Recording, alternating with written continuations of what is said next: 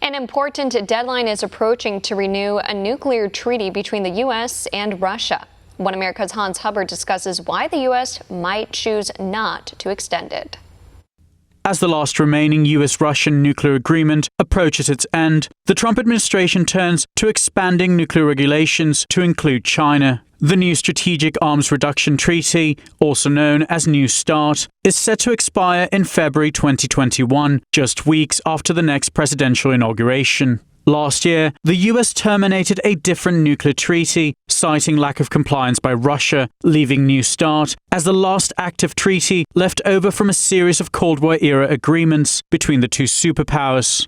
Them violate a nuclear agreement and go out and do weapons, and we're not allowed to. We're the ones that have stayed in the agreement, and we've honored the agreement, but Russia has not, unfortunately, honored the agreement. So we're going to terminate the agreement. We're going to pull out. New START limits long-range strategic nuclear weapons deployed by the US and Russia and is the product of bilateral negotiations carried out during the Obama administration. It can be extended for 5 years by mutual agreement, which would not need congressional approval. However, President Trump is seeking a renegotiation of the agreement instead.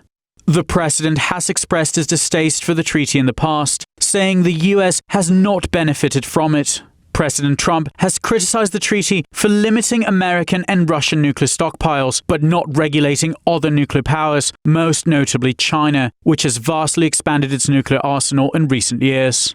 So we believe not only do the conversations need to be broadened to include the Chinese Communist Party, but they need to be broadened as well to encompass the full range of instruments of power that can create the very strategic instability that New START, the INF, the full range of agreements that had been entered into decades ago presented. China, however, refuses to negotiate and has repeatedly rejected any framework limiting its growing nuclear capabilities.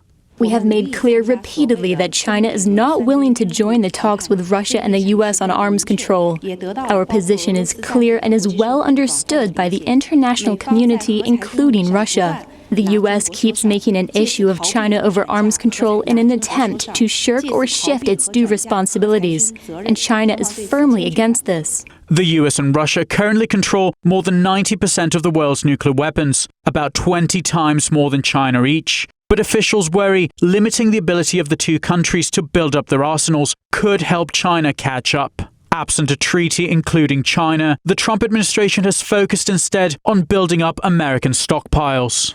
But the only way, until we have that agreement, the only thing I can do is create by far the strongest nuclear force anywhere in the world, which, as you know, over the last 3 years, we've very much upgraded our nuclear. And in a shifting geopolitical landscape characterized by efforts to contain China's challenge, it may well be more beneficial, some analysts say, to not constrain American power while leaving China unfettered.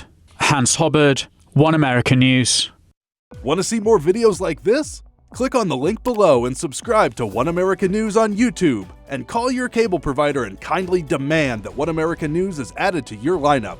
Call and subscribe today.